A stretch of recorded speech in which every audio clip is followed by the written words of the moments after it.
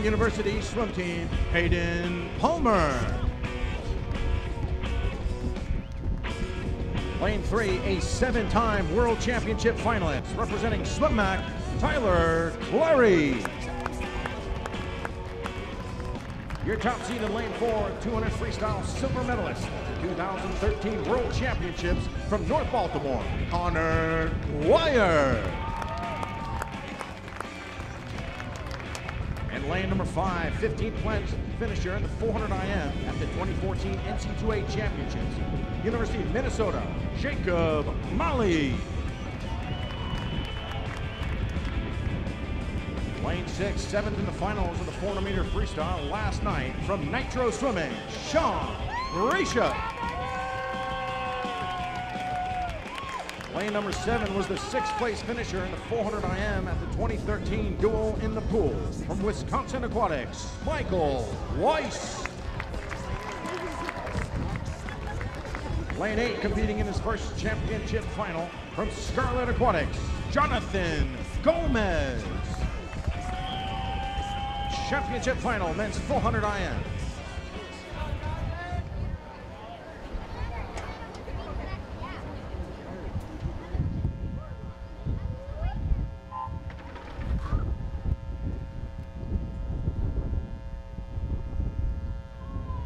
I'm Paul Sunderland, live here on Universal Sports. What's your schedule like over the next 3 or 4 months? You're asking the wrong person. I don't know. Ask Bob. Really? I do what I'm told. I know Bob knows what I need in the pool. Really? And, I really just trying to get back into some kind of shape.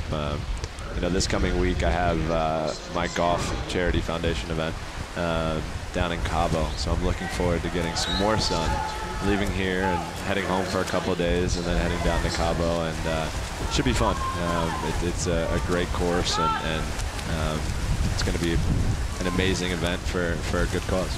So golf still playing a very central role, but it's going to have to be diminished big time. Your game is going to take a serious hit. I mean, it's still just, I enjoy just going out and relaxing. After you get done a hard week of training, you get out, get a couple guys out, mess around a little. Tyler Clary turning first into the backstroke. Connor Dwyer next to him in lane 4. Jakob Malley of Austria in lane 5.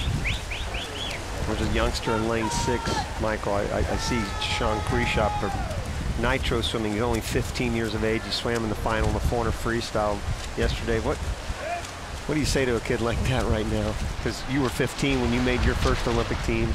I mean, he's obviously doing something right. He's making finals in the Grand Prix with the star-studded fields that we have here, and he's a kid who's hungry.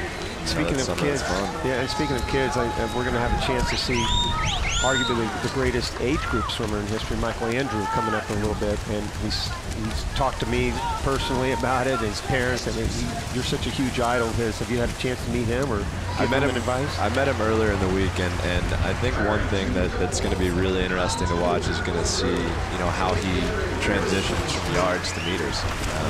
It is such a big transition, and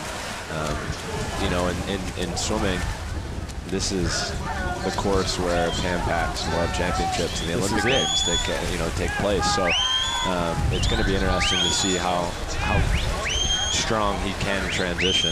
I'm definitely going to watch the 50 tonight and check out his stroke and see how he swims. I've never seen him swim before.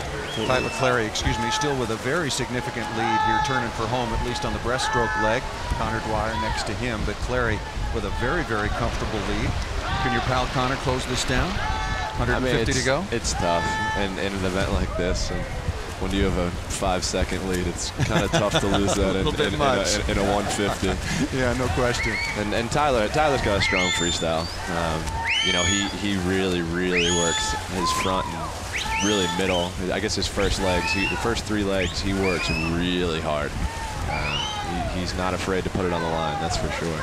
What's the toughest part of a 400 IM like this? I know I asked you what was the toughest part for you, but in general, is it going into this transition area where you're going primarily upper body, then lower body, and then upper body? Or I mean, I would always swim just sort of you know, you build into each 100. Right. You know, the first 50 is kind of build, and then you kind of crank coming back, and then once you turn to freestyle, it's pretty much over.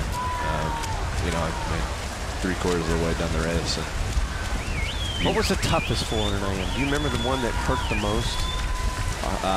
The ones when I was out of shape. because there can't have been too many of those. London hurt pretty bad, I'll tell you that. All right. But I mean, the one like in Beijing and in London, or I mean in Beijing and in Athens, those didn't hurt. You know, when I went 403, that didn't hurt. Really? You know, I was just in shape, and everything was, you know, everything fell together and fell in place. And you know, those races, it's hard to say they feel good, but it's definitely very, very comfortable. That's a nice swim for Tyler Clary as he wins the 400-meter IM fairly handily. Connor Dwyer next to him, Jakob Mali. Are you going to narrow your focus in terms of events as you go forward? Or are you just going to take it as it comes?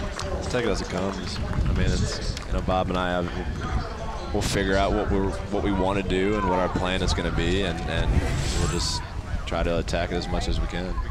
Here's Tyler's backstroke, obviously his best stroke, the Olympic gold medalist in the 200 backstroke from the London Games. So he kind of took off there, but also developed in such a good butterflyer.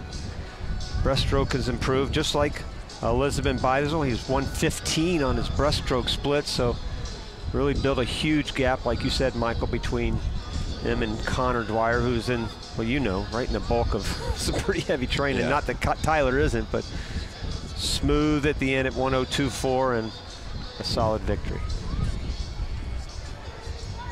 Take a look at the final results from start to finish. And every stroke all the way through, the winner, Tyler Clary, very, very strong indeed, convincing win in the 400 IM. And Tyler now joins us down on the deck as we take a look at the final results. Clary, Dwyer, and Jakob Mali out of Austria. And Tyler, very, very nice swim. And I guess with Michael Phelps up here and knowing how painful the 400 IM is, how did you get through that? And was there a period in that race where you really felt strong and knew that your training had paid off? Well, I mean, the whole race I felt pretty strong, and I had a different kind of strategy than I normally have, and I'm just happy it paid off. And you know, we've been working really hard all the days leading up to this, and especially with adapting to a brand new program, and it's been kind of trying, but I'm really excited that everything's coming together, and I'm really happy with my situation. How is that transition been? You're swimming at Swim Mac now and under David Marsh. How has that been for you? It's been great. I mean, it's a new program, and I'm becoming a student of the sport again, and it's really not something I've had since 2009, and that was probably one of my biggest years as far as breaking out. And I'm actually going to be bouncing back and forth between Charlotte and Michigan to really get the 1-2 punch of swimming in kind of a speed program and an aerobics program. So I'll actually be going back up to Ann Arbor for 3 or 4 weeks right after the Charlotte Grand Prix. Congratulations, Tyler. Thank you. Great swim by Tyler Clary, the gold medalist in the 200-meter back. He wins the 400 IM here in Mesa, Arizona. And a huge thanks to Michael Phelps. I'll tell you, Mesa, Arizona just became the focal point of the absolute sports world this week. I'm not sure they were ready for it, but it happened. Thank you.